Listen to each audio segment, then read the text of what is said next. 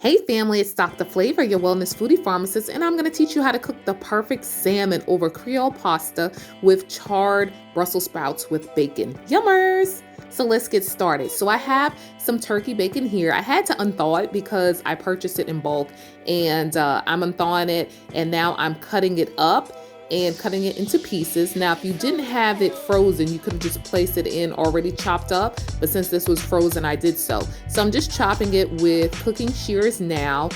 Make sure you don't scratch your pan, but this is gonna help to cook the bacon and allow it to get crispy.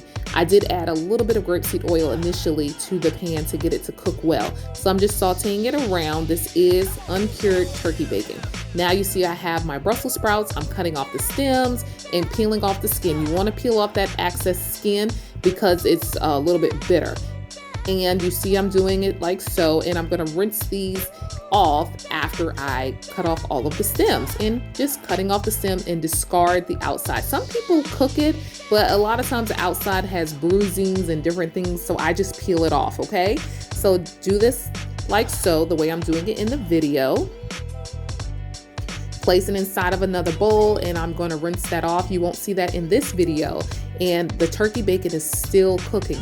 We are going to cook this in that same pan. So just continue to peel like so. I love Brussels sprouts. A lot of people don't eat them, but they're like mini cabbages. So try them out and enjoy. Yummers. So now I'm going to cut them in half. You want to have them. We've already cleaned them and cut the stems off, and that's going to help it to cook. If they're a little bit thicker, you can cut them into fourths, okay? If pieces of the outside skin come off, throw it in the pan as well. So just cut them like so. Now you see the turkey bacon is still cooking. It's pretty much almost done. I'm just getting the last charring done onto the bacon, and I'm going to put it in another bowl. Now the timer, that's for something else. I'm cooking in the oven, always multitasking. Now just drizzle a little bit of grapeseed oil, toss them inside, use your hands to flip them over and place them face down. That way you get a good char, okay? So now I'm gonna use NOLA twist, my onion pepper, and original everything. Onion pepper is salt-free, NOLA twist, garlic herb, and original everything. So you're gonna let that cook. I love to add a little bit of water because it does need to steam. So before it can char, it needs to steam some. So that's what that extra water is going to do. Now I just cover it up. Now we're going to add a little bit of drizzle of grapeseed oil, and I'll drip a little bit in between because that's going to help with the charring because it's already steamed. It's starting to char. You can see the nice color in the pan, and the additional oil is going to help with that process, okay? So this is smelling really, really good. I wish you guys were here with me. It is so amazing. Look at that color. I love it. So now I'm just tossing it around. The little pieces that are coming off, I love those pieces. They're really, really good. Don't feel bad about it. It tastes amazing, and it's flavored, layered with original NOLA and the onion pepper, which is salt-free. And you can grab that in my holiday pack, or you can grab it by itself. So it's getting that nice color. I'm just turning them over. I love this process, and I'm glad that you guys are here to see it so you know how to cook Brussels sprouts, because people always say, I don't really know how to cook Brussels sprouts. Now you know. So as it continues to cook, I'm going to get a little bit of water and a little bit of agave nectar. So less than a fourth cup of water, just a little bit of water to help. And then I'm going to use a little water and agave nectar, which is a natural plant-based sugar, just to give it a little bit of extra flavor. This is going to be a sweet and savory with a little bit of crunch from our turkey bacon. So I'm just mixing it around there, pouring it on top. Make sure it's on high because you want to have that nice caramelization on your Brussels sprouts. And now I'm just going to add that crunchy bacon, not all of it because we're going to reserve some for later. Stay tuned. So I'm just tossing it all around. That looks so yummy. Smell-o-vision. Like I said, sweet and savory with a little bit of crunch.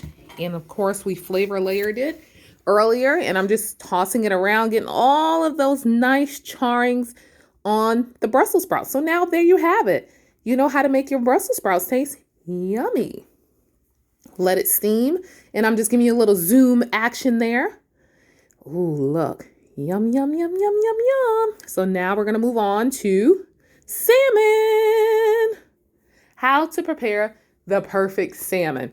People ask me all the time. So have your wash clean salmon paper towel because we're going to place it on there to get rid of all the excess water.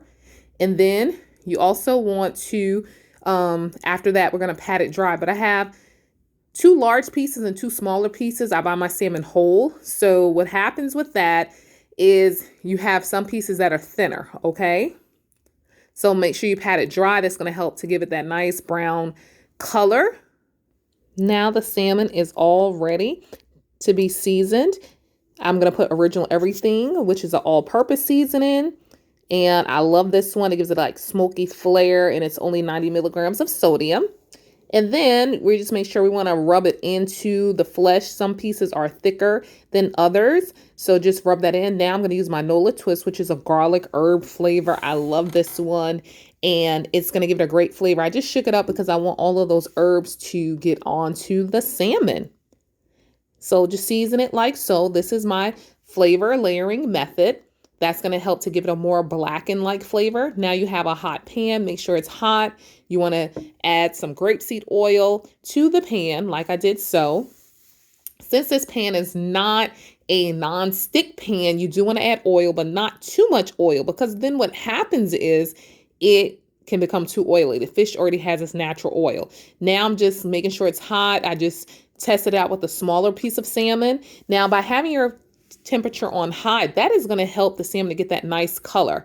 And I am separating the salmon. It's very important because you want to have that oxygen flowing in between the salmon to help for it to get the blackened color. So I'm just pressing it down to get that nice initial sear. So your pan, you want it to be on hot, but you don't want to burn the seasoning on the outside, okay? Now it's not going to be blackened, but it's going to be a nice pan-seared color. So now you can see that the salmon is starting to cook. You can see the oil.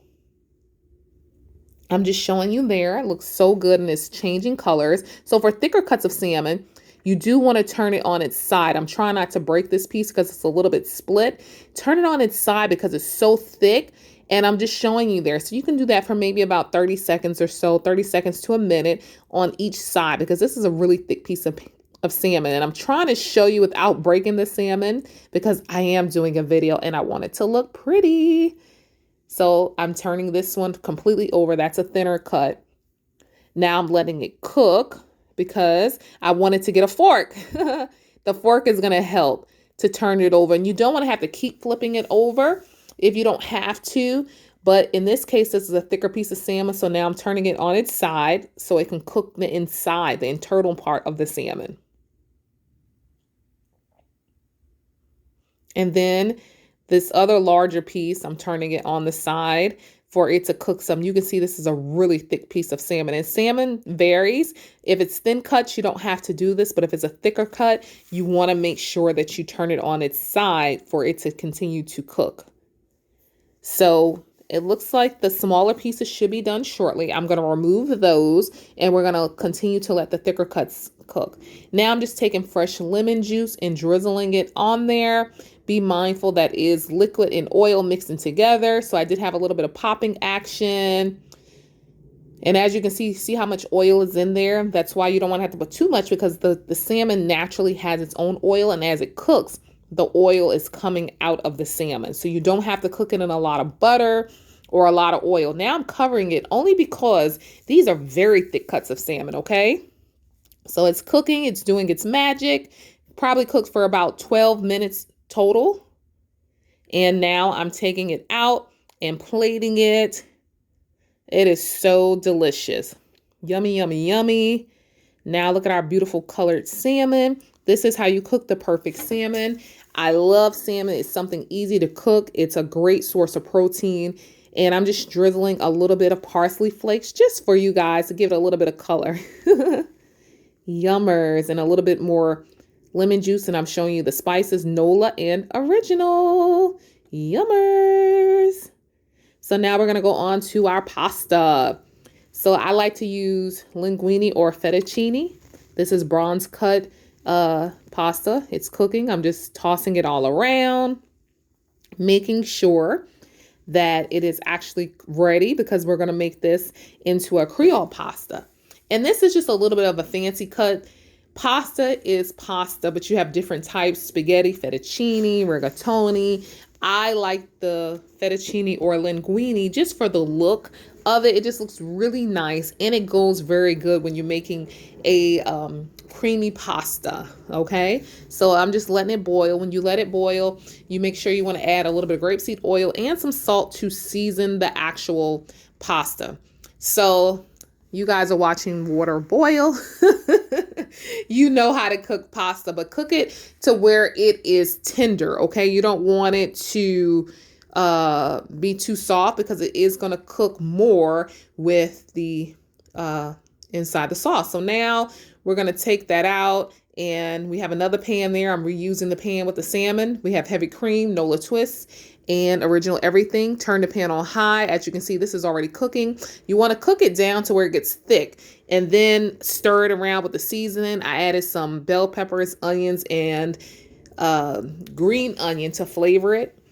Adding the pasta in, just tossing it in, and we're going to saute this around. I like to do small batches. Now I'm adding a little bit more NOLA. Stir that around. It's getting thicker and thicker. You want to let it cook down. And I'm going to add a little bit more pasta because I have a little bit of extra sauce.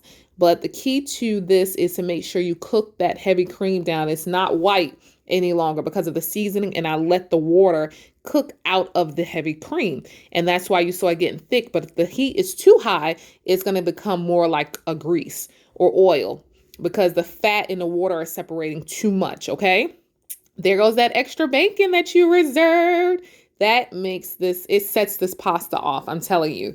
So we were able to use one ingredient twice, right? Now I'm just tossing it around. This looks really, really great. And I think I had the salmon over there. I'm about to plate this for you. Now this meal here is also in my holiday guide. I love this. This is a restaurant quality meal. You don't have to do the bacon if you want to do if you're pescatarian, but I love this because this is something that you could get in a restaurant and you would probably spend $30, but we cook this at home and it's not that expensive. So there you have all the pieces. It's going to all come together. This is a Creole pasta. And we have our pan-seared salmon and our charred Brussels sprouts. Now I'm trying to make it look cute, but I'm gonna have a little bit of a mishap here. It's a little bit hanging to the side, but it's okay. You know, no judgment in the kitchen. I love to cook, and I think I want people to become more confident in the kitchen. That's why I love using my spices. It takes the thinking out of cooking, and they're lower sodium, and it's just great. So there you have it. I'm going to now place our salmon on top. I'm plating it and adding a little piece just to give it a little bit more balance, okay? So now I'm going to pick one of the larger pieces of salmon, place it on top. Look how beautiful that looks. And then we're going to add our charred Brussels sprouts there. Yummy, yummy, yummy. I wish you guys could have some. Now, this plate here is rather large. I didn't even eat all of this. This was more for you guys to see how beautiful it is. So I ate half of this, but this is really, really delicious. And I love it. And I made it all using my spices. Check me out at drflavaspices.com. Yum.